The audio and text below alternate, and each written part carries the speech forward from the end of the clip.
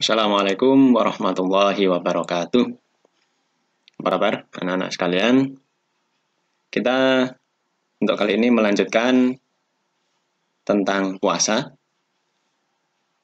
Yang kita bahas adalah ketentuan puasa, yaitu syarat wajib, syarat sah, rukun, dan sunnah puasa. Agar puasa kita itu sempurna, maka kita harus memperhatikan ketentuan-ketentuan ini. Yang pertama adalah syarat wajib puasa. Apa itu syarat wajib puasa? Adalah hal-hal yang menjadikan seseorang mendapat tugas atau kewajiban melaksanakan puasa. Kalau orang itu punya syarat-syarat ini, memenuhi syarat-syarat ini, maka dia wajib berpuasa.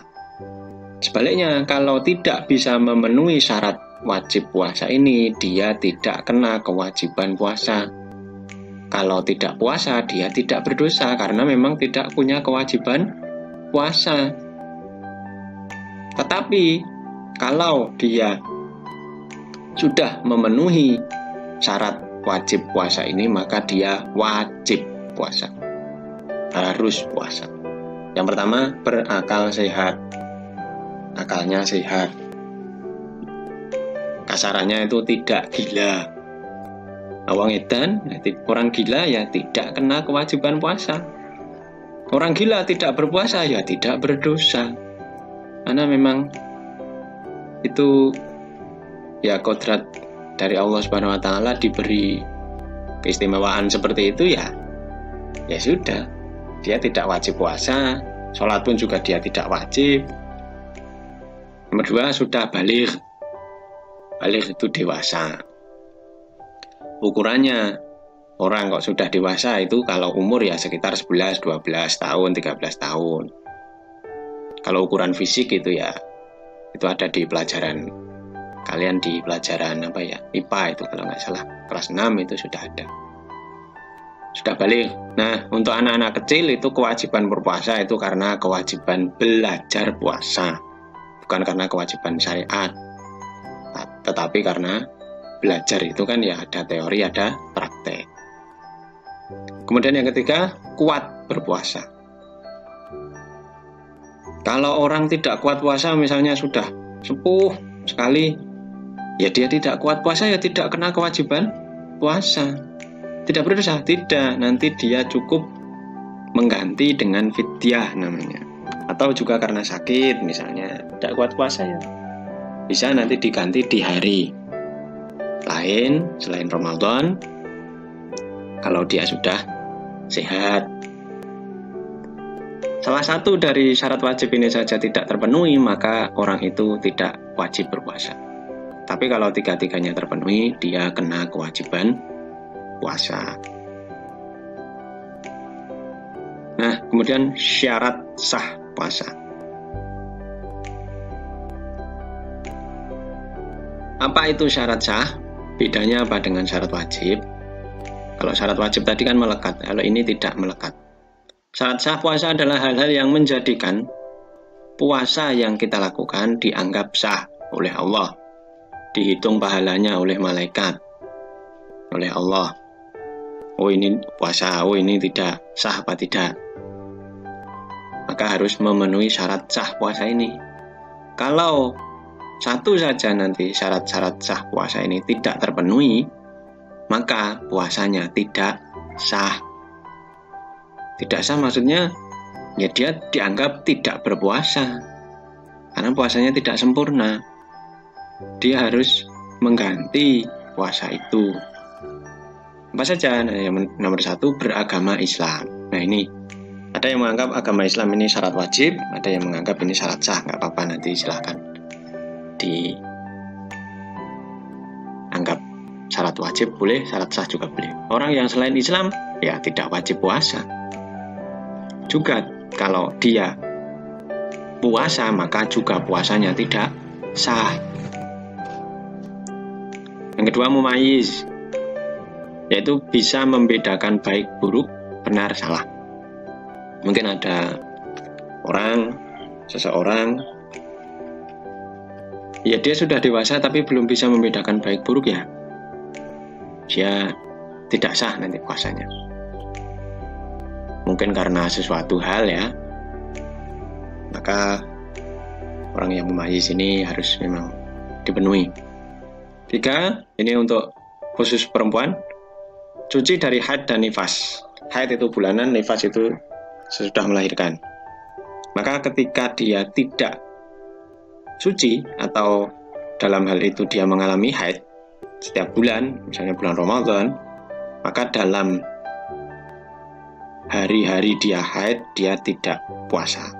Tidak berdosa, tidak, tapi harus mengganti di hari lain, di bulan lain.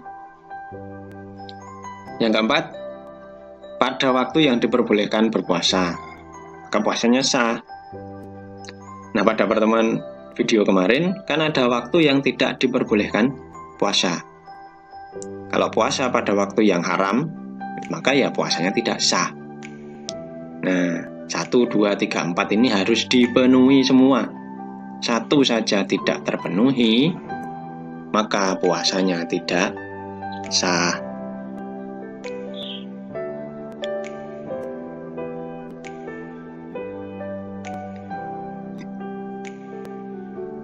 Kemudian rukun puasa. Kalau sholat ada rukun juga, puasa juga ada rukun. Apa itu? Rukun adalah urutan hal-hal yang harus dilakukan ketika puasa, secara urut, yang tertib urut, harus dilakukan, tidak boleh ditinggalkan. Sholat itu kan ada rukun, harus dilakukan dan urut. Puasa juga begitu, ada rukunnya, urut-urutannya. Nah, rukun ini yang harus, yang wajib saja. Ya. Yang pertama niat, harus niat. Niat boleh dalam hati, ya, boleh diucapkan dengan lisan. Asalkan ada niat. Niat itu maksudnya ya sengaja hendak mau puasa. Gitu ya. Jadi ada kesengajaan. Masuk puasa kok tidak sengaja gitu. Nah, niatnya itu malam hari. Ya, sebaiknya. Bunyinya mungkin sudah hafal di antara kalian. Nawaitu shoma qadin an adai fardhu syahri ramadhana hadhihi sanati lillahi ta'ala. Nah, ini niat puasa Ramadan. Kalau puasa sunnah ya boleh dengan bahasa Indonesia, aku niat puasa sunnah hari Senin, hari Kamis. Aku niat puasa sunnah Arafah misalnya. Boleh saja, asalkan niat, ada niat di malam harinya itu untuk besok mau puasa gitu loh. Kalau lupa bagaimana? Ya itu berbeda nanti ya halnya. Kalau lupa maka harus diniatkan ketika ingat. Ketika ingat diniatkan. Asalkan dari pagi tidak makan minum. Yang kedua, menahan diri dari segala hal yang bisa membatalkan puasa. Sejak terbit fajar shiddiq sampai terbenam matahari. Menahan diri itu loh. Ya makan, minum yang membatalkan puasa, mengendalikan hawa nafsu. Ya. Sejak terbit fajar shiddiq, sejak imsak atau sejak sholat subuh berkumandang, adzan subuh itu sudah mulai harus berpuasa, menahan sampai terbenam matahari atau sampai sholat maghrib. Kemudian sunnah puasa. Sunnah itu adalah hal-hal yang dianjurkan untuk dilakukan. Dianjurkan, tidak diwajibkan. Jika tidak dilakukan maka tidak berdosa. Tapi kalau kita lakukan maka bertambahlah pahala puasa kita. Puasanya sudah banyak pahala, ditambah kita melakukan sunnah-sunnah puasa, maka bertambah pula lah pahala puasa kita. Bertambah banyak, semakin banyak lagi. Kalaupun kita tidak melakukan itu ya tidak berdosa. ya tetap pahala puasanya tetap ada, asalkan rukunnya puasa tadi dipenuhi. Yang pertama, mengakhirkan makan sahur. Sahur itu sendiri sudah sunnah, apalagi kita mengakhirkan makan sahur. Mengakhirkan maksudnya dipepet-pepet ke mau imsak. Misalnya imsak jam 4:30, maka jam 4:4 mulai makan sahur. Jam 4:30 imsak kok kalian makan sahurnya jam 2 malam, ya itu bukan mengakhirkan puasa, mengakhirkan makan sahur ya. Maka tidak kena sunnahnya. Nomor 2, menyegerakan berbuka puasa. Segera berbuka ketika sudah waktunya, maghrib sudah berkumandang, segera berbuka. Jangan menunggu sampai isya, wah aku masih kuat kok. Bukan itu tidak menyegerakan berbuka. Berbuka puasa itu pun sunnah, menyegerakan pun juga sunnah. Yang ketiga, membaca doa berbuka puasa. Ini juga sudah banyak yang hafal. Ada yang bacaan yang panjang, ada bacaan yang pendek ya. Salah satu saja, semuanya dianggap doa buka puasa, boleh dilakukan. Dan namanya berbuka itu kan makan minum, kemudian diikuti doa makan minum. Sebelum makan minum ya berdoa. Jadi dua-duanya dibaca doa-doa itu. Yang keempat, berbuka dengan yang manis. Yang manis itu maksudnya kalau Nabi Muhammad ya kurma. Kalau kita nggak ada kurma ya yang manis, misalnya buah-buahan yang manis ya. Misalnya pisang, apel gitu, yang manis-manis. Kalaupun tidak ada buah-buahan yang manis-manis, cukuplah air putih dulu. Itu sudah memenuhi sunnah puasa. Yang kelima, memperbanyak ibadah. Nah, ketika bulan Ramadan terutama ya, atau ketika kita puasa ya, selain di bulan Ramadan misalnya, kita perbanyak ibadah juga. I'tikaf, mengaji, baca Quran, TPA, sedekah, zikir. Ketika i'tikaf itu kan zikir, bisa dengan mengaji pun bisa. Memperbanyak sholat sunnah, sedekah, memperbanyak berbakti pada orang tua, memperbanyak belajar, itu juga ibadah. Nah, ini Pak akhiri dengan doa berbuka puasa. Untuk hal-hal lain terkait puasa kita lanjutkan pada video berikutnya. Allahumma laka sumtu wa bika amantu wa ala rizqika aftartu bi rahmatika ya arhamar rahimin. Allahumma laka sumtu wa bika amantu wa ala rizqika aftartu bi rahmatika ya arhamar rahimin.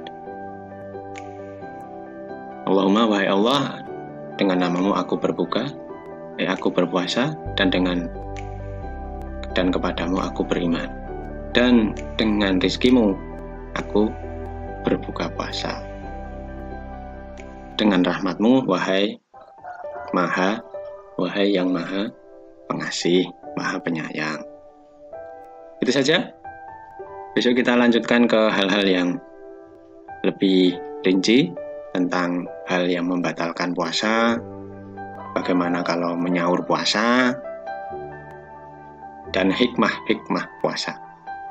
Demikian kita untuk kali ini ketentuan-ketentuan puasa. Semoga bisa menjelaskan. Assalamualaikum warahmatullahi wabarakatuh.